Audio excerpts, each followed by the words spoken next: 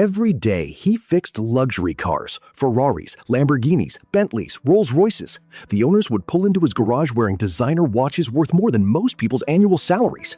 They looked rich. They lived rich. And for years, he thought they were rich. But 20 years later, something surprising happened.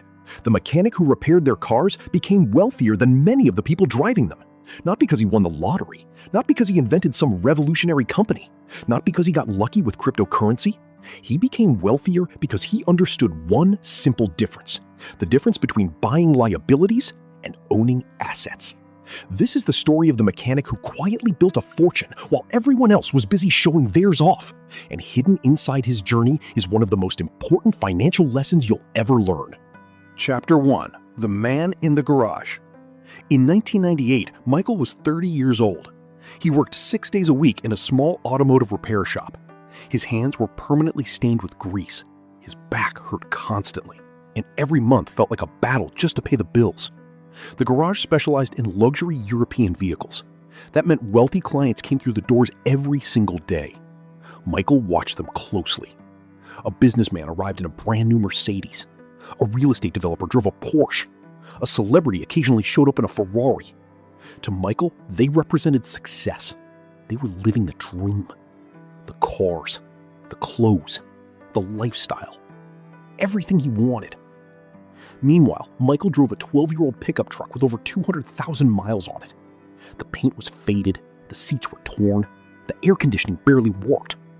Compared to his customers, he felt poor. And honestly, he was. But what Michael didn't realize was that appearances can be dangerously misleading. Because every day, while fixing those luxury vehicles, he was unknowingly receiving a masterclass in wealth creation. Chapter 2: The Conversations That Changed Everything. One afternoon, a wealthy customer dropped off a high-end sports car. The repair bill would be nearly $12,000. Michael expected the owner to be annoyed. Instead, the man laughed. "That's cheaper than I expected." Michael was stunned. Cheaper? $12,000 was nearly 4 months of his mortgage payments. Curiosity got the better of him, so he asked a question. "What do you do for a living?" The customer smiled. "I own warehouses." Michael expected a more complicated answer. "That's it?" The man nodded. "I bought one warehouse 15 years ago, then another, then another." Michael didn't fully understand, but he never forgot the conversation. A week later, another wealthy client came in. This one drove a Bentley. Michael asked the same question. "What do you do?" The answer surprised him again. "I own laundromats." Not luxury products, not technology companies, not Hollywood investments. Laundromats. A month later, another wealthy customer. This time, apartment buildings, then self-storage facilities, then commercial properties, then a small manufacturing company. After hundreds of conversations, Michael noticed something. The genuinely wealthy people almost never got rich from what they bought. They got rich from what they owned. That observation would completely change the course of his life. Chapter 3: The Lesson of the Ferrari. One particular customer became Michael's favorite, a retired entrepreneur named Richard. Richard owned a Ferrari worth more than Michael's house. But unlike many luxury car owners, Richard loved talking about money. One day, Michael finally asked him, "How did you afford this?" Richard laughed. "I didn't buy the Ferrari first." Michael looked confused. Richard pointed toward the car. "Most people see this and think the car made me wealthy." He paused. The truth is the opposite. Then Richard said something Michael would remember forever. The Ferrari isn't the asset. The businesses that pay for the Ferrari are the assets. Michael stared at him. Richard continued, "If you buy something that takes money out of your pocket, that's usually a liability. If you own something that puts money into your pocket, that's usually an asset." The words sounded simple, almost too simple, but they hit Michael like lightning, because suddenly he saw the world differently. The Ferrari required insurance, maintenance, fuel, repairs, storage, depreciation. It constantly consumed money. The car wasn't creating wealth. The businesses were. The Ferrari was simply the reward. Most people, Michael realized, spend their lives chasing the reward before building the machine that produces it. Chapter 4. The moment everything changed. That night, Michael went home and looked at his finances. The truth was uncomfortable. His paycheck came in, then it immediately went out. Car payment, credit card payment, cable bill, dining out, new gadgets, random purchases. Every dollar seemed to disappear. He wasn't building anything. He was simply maintaining a lifestyle. And that lifestyle wasn't even impressive. For the first time, he asked himself a difficult question. If I stopped working tomorrow, how much money would continue coming in? The answer was zero. No investments, no businesses, no rental income, nothing. Michael realized he owned almost no assets, yet he owned plenty of liabilities. That realization changed everything. Chapter 5. The first asset. Most people imagine wealth creation starts with a huge investment. It usually doesn't. For Michael, it started with a tiny decision. He stopped upgrading things. He kept driving the old truck. He skipped expensive vacations. He avoided lifestyle inflation. Every month, he saved a little more money. Not a dramatic amount, just enough.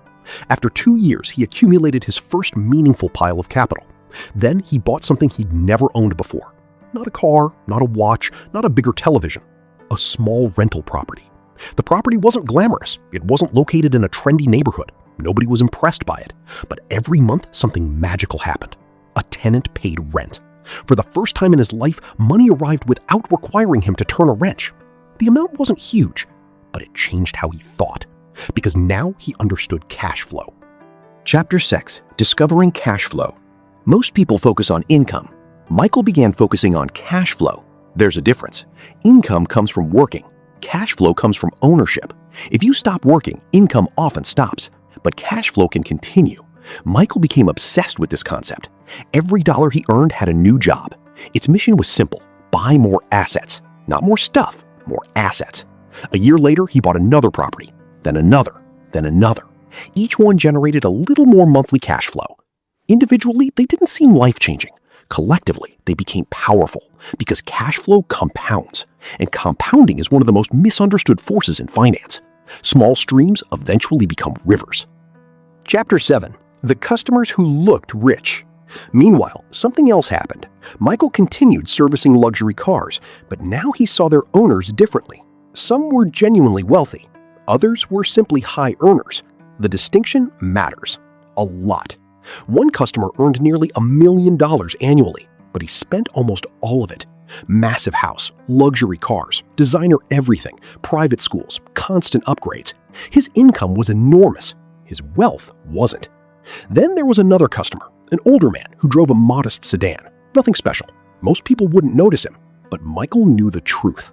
The man owned dozens of commercial properties. His net worth was astonishing, yet he lived quietly. That's when Michael learned another lesson. Income is what people see. Wealth is what they don't see. The loudest signs of success are often purchased by people trying to appear wealthy. The truly wealthy often focus on accumulating assets instead. Chapter 8. The business opportunity. Years passed. Michael's investments grew. His rental income expanded. But then he spotted an even bigger opportunity. The garage owner wanted to retire. The business was for sale. Most employees ignored the opportunity.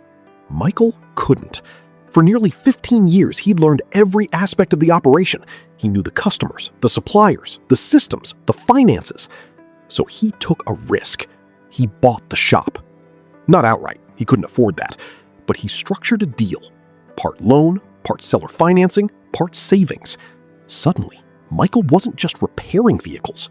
He owned the business. And ownership changes everything. Because employees earn wages. Owners build equity. Chapter 9. The power of business ownership. Running the garage wasn't easy. In fact, it was harder than being an employee. Longer hours, more stress, more responsibility. But there was one critical difference. The effort now created an asset. Every improvement increased the value of the business. Every new customer strengthened the enterprise. Every successful year made ownership more valuable. Michael hired technicians, expanded services, improved operations, increased efficiency. Revenue grew, profits grew. The business became worth far more than what he paid for it. This is where many people misunderstand wealth. They focus exclusively on income. Wealth often comes from owning appreciating assets. businesses, real estate, investments, things that grow in value over time. Michael was finally building those. Chapter 10. The Compounding Machine. At age 50, Michael reviewed his finances. The results shocked him. The rental properties generated monthly income. The garage generated profits. His investments produced returns. Every asset created additional cash flow, and every dollar of cash flow purchased even more assets. The process had become self-reinforcing, like a snowball rolling downhill. At first, progress had seemed painfully slow. Then suddenly, it accelerated. This is exactly how compounding works. Most people quit before reaching the exciting part. They stop pushing the snowball while it's still small. Michael kept pushing, year after year, decade after decade, and eventually momentum took over. Chapter 11. The Reunion. One afternoon, a familiar Ferrari pulled into the garage. Michael recognized it immediately. It belonged to a customer he'd known for years. The man looked older, more tired. During their conversation, Michael learned something surprising. The customer was struggling financially. His company had failed, debt had piled up, assets had been sold. The lifestyle remained, the wealth did not. That moment reinforced a crucial truth. Looking wealthy and being wealthy are not the same thing. One is appearance, the other is financial reality, and appearances can disappear quickly. Real assets tend to endure. Chapter 12. 20 years later. 20 years after beginning his journey, Michael's life looked completely different. His rental properties produced consistent income. His business had substantial value. His investments continued growing. Most importantly, he no longer depended entirely on a paycheck. And here's the ironic part. Many of the luxury car owners he once admired were no longer wealthier than him. Some were, many weren't, because Michael spent 2 decades quietly acquiring assets while others focused on acquiring liabilities. He wasn't flashy, he wasn't famous, he wasn't lucky. He simply understood a principle that too many people ignore. Wealth is built through ownership, not consumption. Final lesson. If you remember only one thing from this story, remember this. The goal isn't to look rich. The goal is to become financially free. A luxury car might impress people. An expensive watch might attract attention. A bigger house might earn compliments. But none of those things automatically create wealth. Assets create wealth. Businesses create wealth. Investments create wealth. Cash flow producing ownership creates wealth. The mechanic understood that. And because he understood it, he eventually became richer than many of the people whose cars he repaired. Not overnight, not through luck, not through shortcuts, through patience, ownership, and compound growth. The next time you see someone driving a luxury car, remember, you don't know whether that car is making them wealthier or making them poorer. But if you want lasting wealth, ask a different question. What assets do they own that are paying for that car? Because the real secret isn't buying the Ferrari. It's owning the thing that buys the Ferrari for you. And that's the difference between looking wealthy and actually becoming wealthy. The mechanic learned that lesson, and it changed his life forever.